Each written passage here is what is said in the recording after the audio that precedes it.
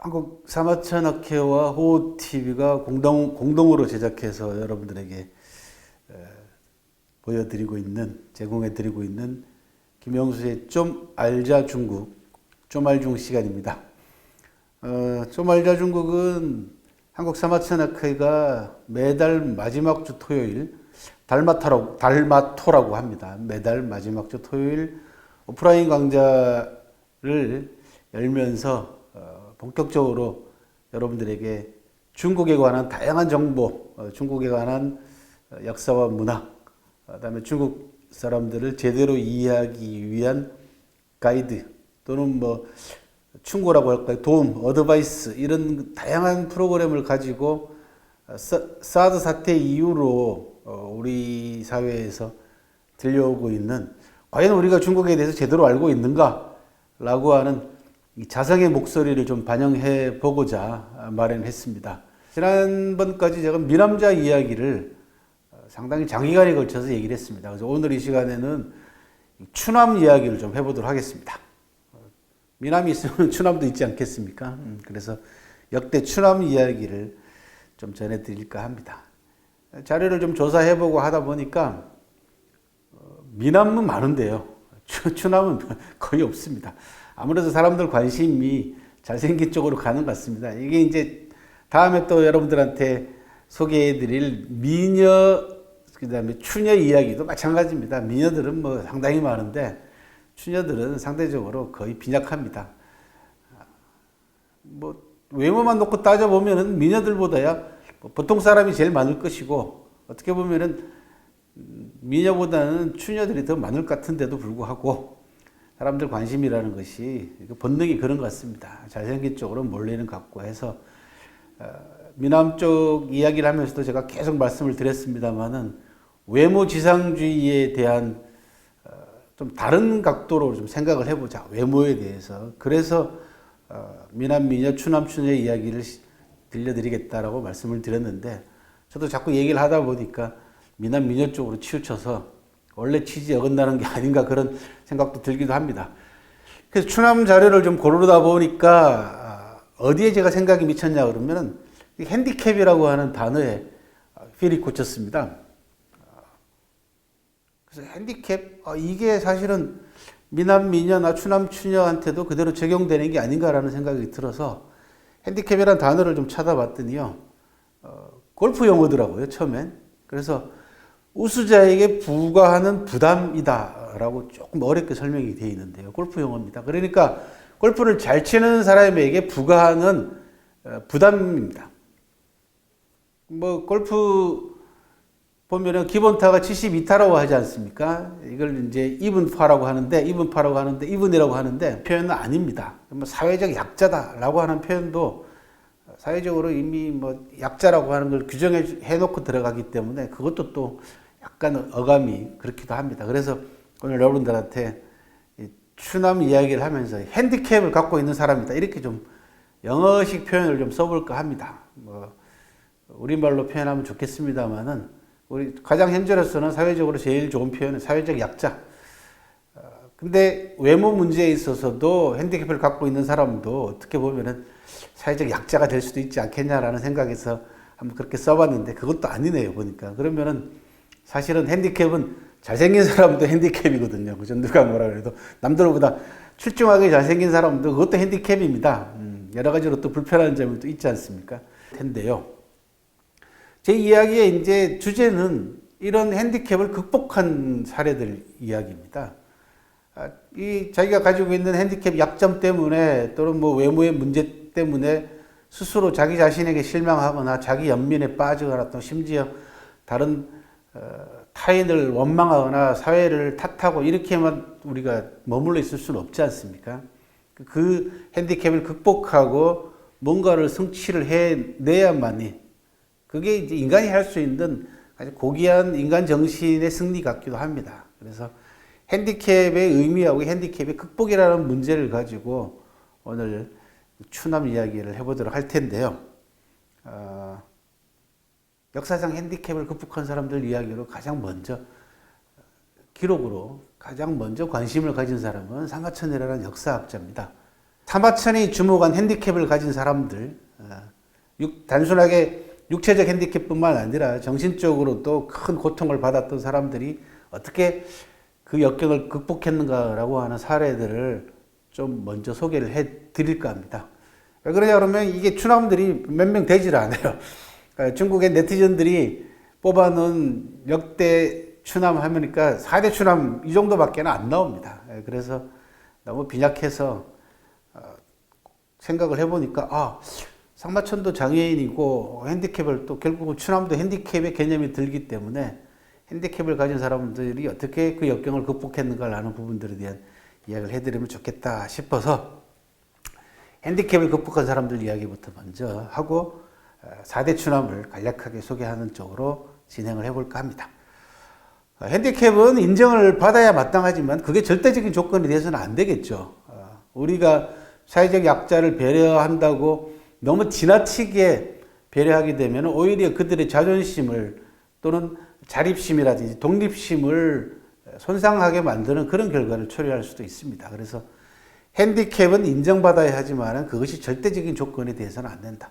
마찬가지로 핸디캡을 가진 사람도 내가 핸디캡을 갖고 있으니까 나는 무조건 보호받아야 된다라든지 무조건 특혜를 받아야 된다든지 무조건 배려받아야 된다라고 하는 그런 생각을 또 가져서도 안 되겠죠. 그죠? 그래서 기본적으로 동등한 평등한 입장에서 서로의 상황에 또는 서로의 처지를 이해하고 불편한 부분에 있어서는 도울 수 있는 부분들은 충분히 서로 돕는 그런 상호 작용 하에서 인간관계가 이루어지게 되면은 사회적 약자라고 하는 말도 없어질 것 같고요. 또 핸디캡을 갖고 있는 사람들도 충분히 열등감을 느끼지 않고 사회생활을 열심히 또 재미있게 영위하지 않을까, 해나갈 수 있지 않을까 그런 생각을 해봅니다.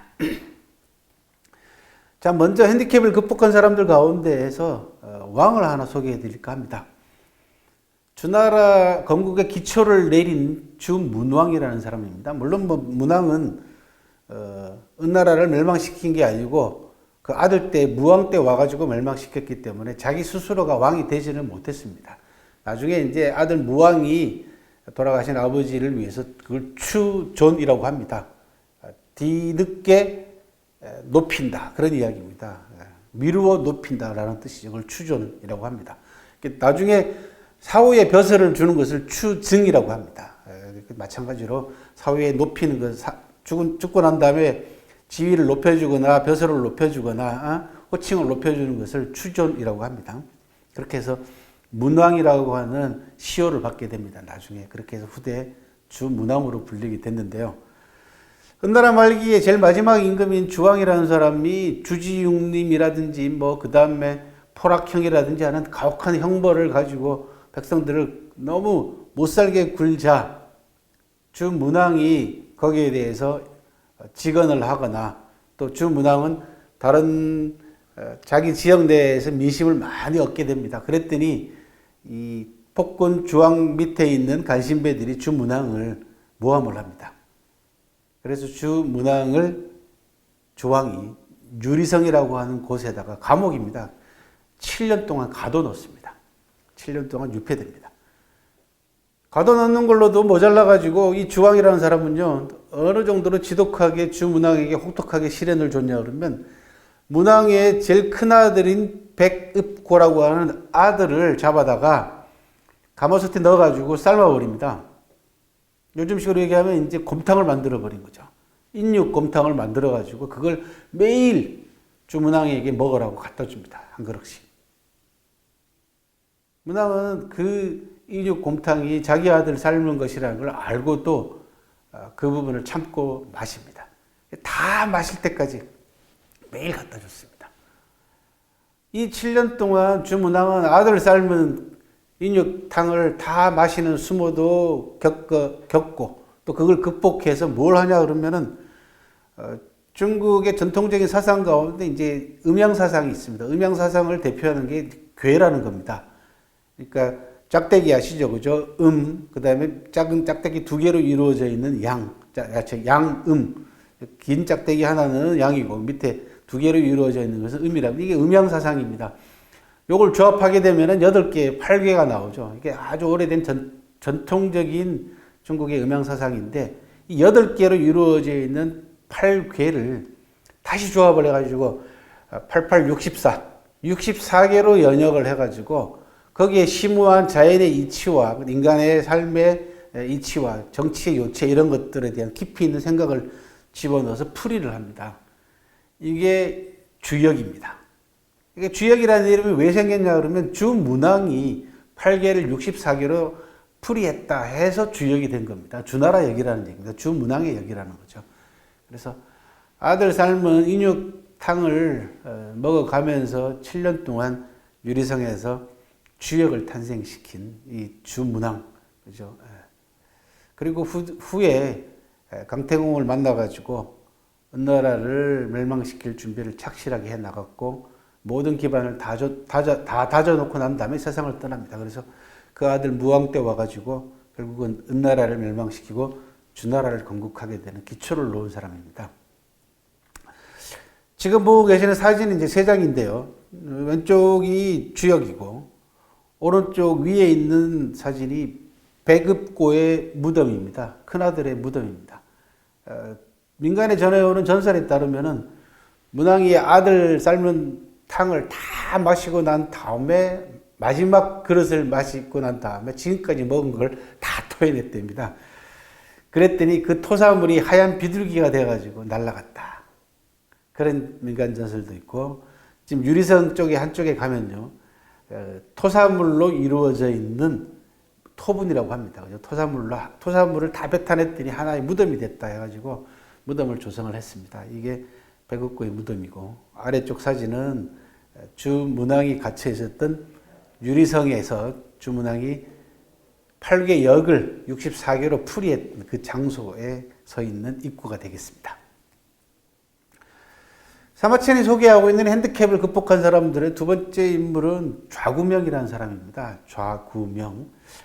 여러분들이 공자님이 정리하신 만년에 정리한 노나라의 역사인 춘추라는 책은 아시죠? 그죠? 이 춘추라는 책을 나중에 후대 학자들이 많은 사람들이 여기에다가 주석을 가하고 풀이를 합니다. 그러다 보니까 다양한 춘추의 판본들이 나오게 됐는데 그 가운데 가장 권위 있는 춘추가 좌전이라고 합니다. 좌시 춘추라는 겁니다. 좌시가 누구냐 하면 바로 이 좌구명입니다. 좌구명은 노나라의 사관으로 알려져 있고 얼마나 공부를 열심히 했는지 시력을 읽습니다.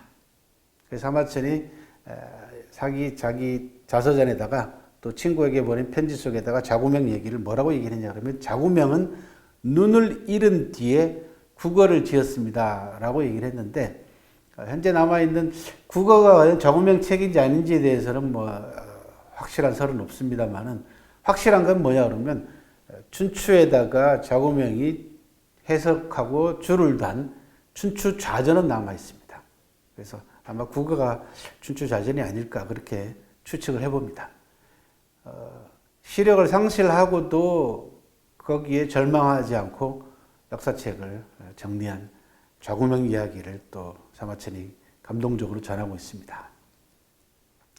지금 보고 계신 사진이 노나라의 사관인 좌구명 묘입니다. 무덤입니다. 제가 현장 탐방을 해서 직접 찍어온 사진입니다. 또 한 사람 사마천이 소개하고 있는 핸디캡을 극복한 사람은 이번에는 정말로 신체 장애를 극복한 인물입니다. 전국시대 때 유명한 군사 전문가인 손빈이라는 사람이 있습니다. 손자 하면은 두 사람을 얘기를 합니다. 되게 고전에서 옛날 책에서 손자 하게 되면은 첫 번째는 손무를 얘기하고 두 번째는 손빈을 얘기합니다. 두 사람 모두 다 군사 전문가였기 때문에 존칭어인 아들 자자를 붙여서 둘 다 손자라고 하기 때문에 헷갈리시면 안 됩니다. 그래서 손무가 남겨놓은 병법서를 손자병법이라고 한다면 손빈이 남겨놓은 병법서는 손자병법이라고 하지 않고 손빈병법이라고 분명을 불러줘가지고 구별하기도 합니다. 그래서 손빈병법을 남긴 사람이기도 하고 고고학 발굴에 따라가지고 손빈병법, 손자병법의 주권 목간들이 다 출토된 바가 있습니다. 그래서 실존했던 인물이자 실제로 이들이 병법서를 남긴 그런 군사 전문가이기도 합니다. 이 손빈의 핸디캡 극복 사례는요, 대단히 드라마틱합니다. 뭐, 전후, 좌우, 그 다음에 앞뒤 맥락을 다 붙여가지고 여러분들한테 말씀을 드리자면 나중에 따로 손빈의 복수라고 해가지고 1시간 넘는 강좌를 할 수 있을 만큼 스토리가 깁니다. 오늘은 간단하게 설명을 하면요. 손빈은 신비로운 인물 가운데 한 사람인 중국 역사상 귀곡자라고 하는 유명한 쉽게 얘기하면 마스터입니다. 선생입니다. 각종 사상과 그 다음에 병법과 그 다음에 언변 이런 데 아주 통달하는 인물입니다. 이 귀곡자 밑에 가가지고 쉽게 얘기하면 전문가 교육을 받은 겁니다. 병법부터 시작해가지고 그 다음에 뭐 모략이라든지 그 다음에 언변이라든지 이런 것들을 다 배웠습니다. 그 당시에 손빈이 귀곡자 밑에서 공부할 무렵에 같이 동문수학했던 동기 가운데에서 방연이라고 하는 이 동기가 있었어요. 근데 이 방연은 늘 손빈한테 열등감을 느끼고 있었던 모양입니다. 여러분들 아시잖아요. 그죠? 아무리 애를 써도 못 쫓아가는 2인자의 서름, 이런 거 겪어보셨는지 모르겠지만은, 코피 터져가면서, 코피 흘려가면서 밤새 공부해도 1등을 못 따라잡죠. 근데 1등은 보면은 놀 거 다 놀고 할 거 다 하고도 1등 하는 사람들이 있어요. 가끔 보면은. 뭐 타고나는 모양이죠. 그런 부분들. 어쨌든 간에 손빈하고 방연 관계가 그랬던 모양입니다. 그래서 방연이 먼저 공부를 마치고 손빈은 남아있는데 자기는 그냥 벼슬 하려다 그러고 위나라로 가버립니다. 그 위나라에 와가지고 자기는 군사, 즉 군대에 있어서의 전략 전술을 수립하는 스승사자 있죠. 군사가 돼가지고 위나라 왕으로부터 큰 대우를 받아요. 그런데 손빈이 생각나가지고 손빈이 다른 나라로 가가지고 출세해가지고 또 자기 자신을 하고 또 라이벌이 되면 어떡하나 싶어가지고 내 옆에 둘란다 해가지고 손빈한테 초청장을 보냅니다.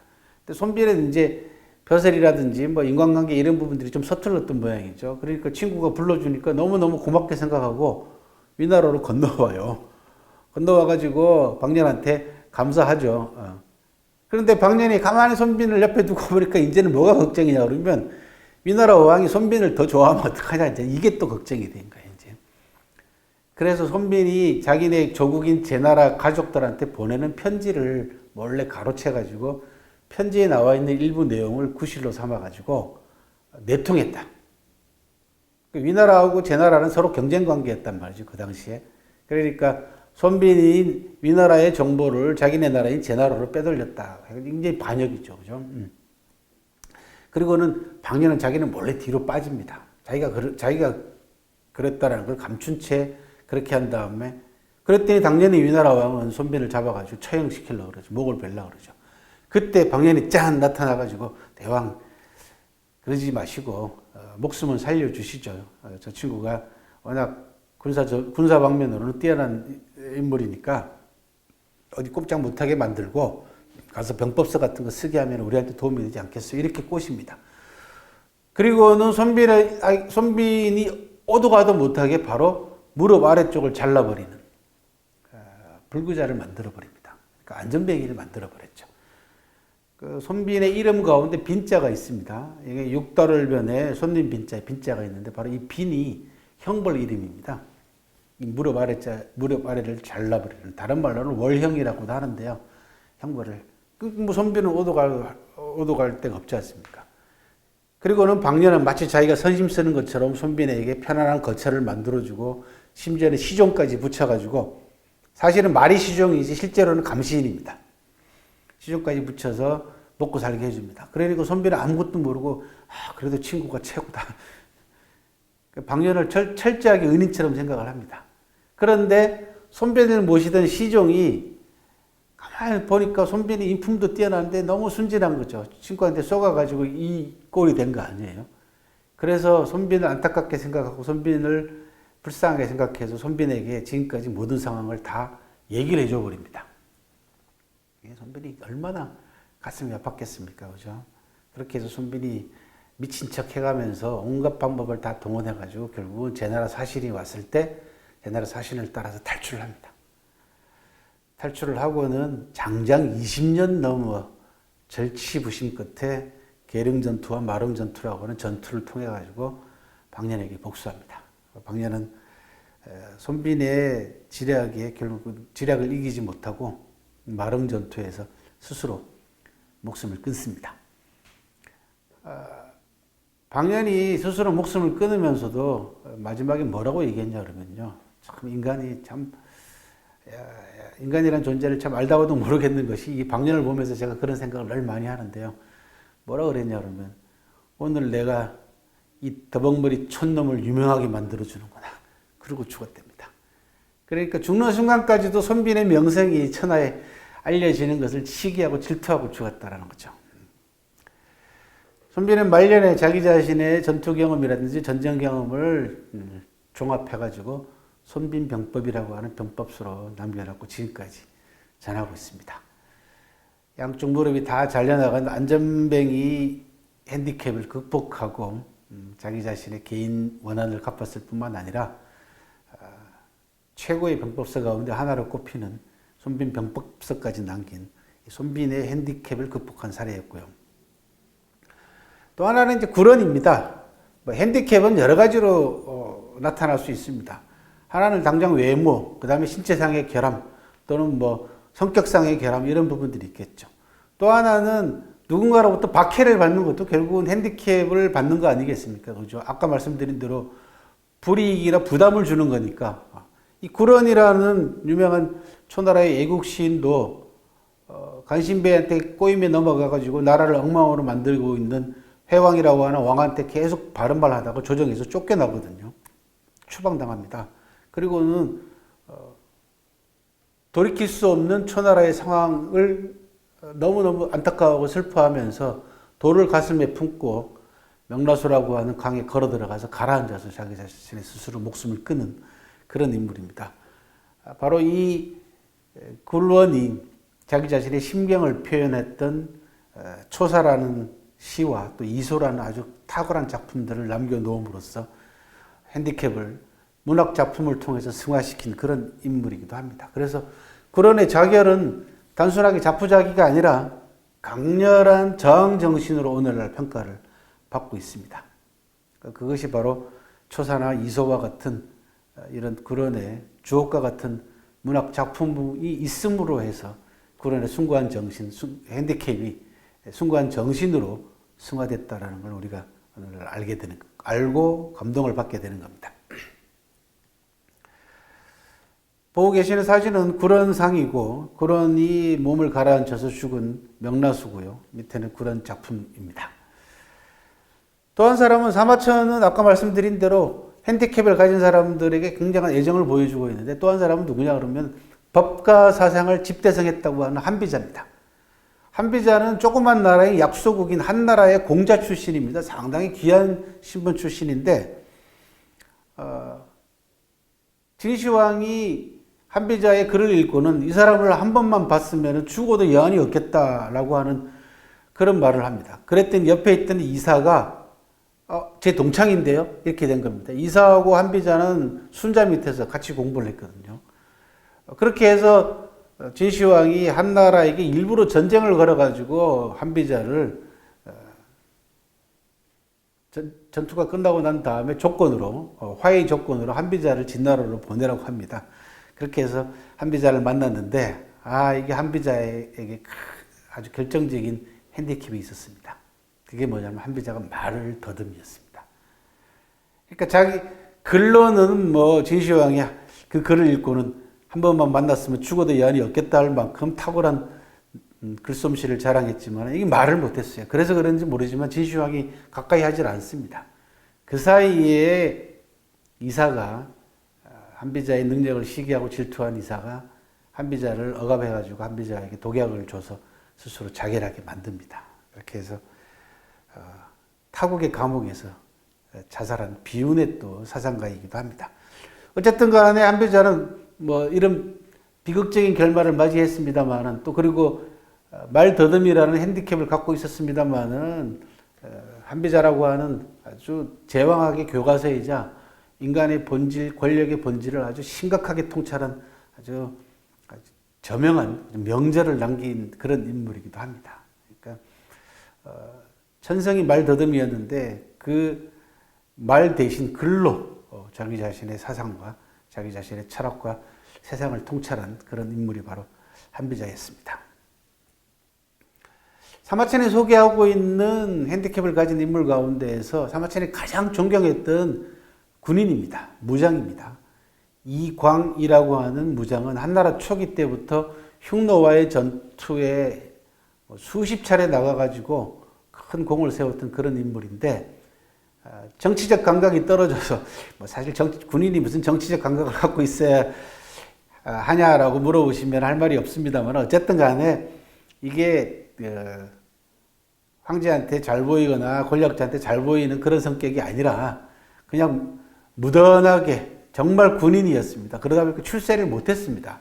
가지고 있는 무공이나 무예나 그 다음에 가지고 있는 인품에 비해서 벼슬은 늘 심지어 자기 후배들보다 더 낮았으니까요. 그렇죠? 그런 인물이었습니다. 바로 이 이광이라고 하는 장군도 말을 제대로 못했습니다.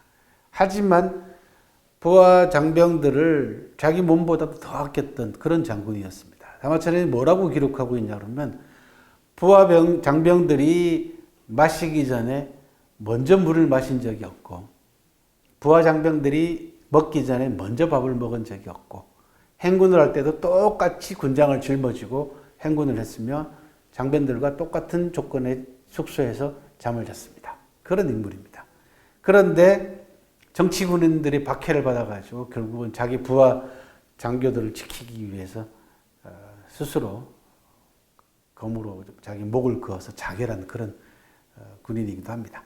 이 명장에 대해서 사마천은 도리불언이나 하자성애다라고 하는 8글자로 이광기라는 장군의 정신세계를 존중을 했습니다. 칭송을 했습니다. 무슨 뜻이냐 그러면요, 복숭아나무하고 오얏나무는 말이 없지만 그 아래로 절로 길이 난다, 이런 뜻입니다. 그러니까 복숭아나무하고 오얏나무는 사실 말이 없지 않습니까? 근데 그 밑으로 길이 나는 이유는 뭐냐는 거예요. 봄에는 향기로운 꽃을 피우고 가을에는 맛난 열매를 주렁주렁 매달아 놓기 때문에 사람들이 저절로 찾아온다는 거죠. 인간도 사람도 그런 숭고한 인품을 갖춰 놓으면 사람들이 절로 존경하기 마련이다 라고 하는 도리불언이나 하자성애라고 하는 속담을 인용을 해서 이광 장군을 높이 칭송을 한 바가 있습니다. 핸디캡을 극복한 또 하나의 사례는 미남자에서 제가 소개해드린 인물입니다. 사마상녀 아시죠? 그죠? 개똥이, 견자, 강아지. 이 사마상녀도 사실은 말을 더듬었던 사람입니다. 그리고 잘 아시다시피 과부인 탕문군과 하루 저녁에 눈이 맞아가지고 그날로 야반 도주했던 러브스토리의 주인공이기도 하지 않습니까? 말은 더듬었지만은 문장으로는 당대 최고였습니다. 그래서 부라고 하는 문장 형식, 산문 형식에 관한 최고의 경지에 오른 인물이다 해서 부성이라고 하는 명예로운 호칭도 얻었고, 역사가로서 사마천과 더불어서 한나라 무제 때 양사마로 불리는 그런 명예를 갖고 있는 사람이기도 합니다. 이 사람은 핸디캡이 2개나 있었습니다. 사마상녀는 뭐냐? 첫 번째는 말을 더듬은 거고, 또 하나는 너무 잘생긴 거죠. 그죠? 예. 당대 최고의 미남이라는 핸디캡도 같이 가지고 있었던 그런 인물입니다.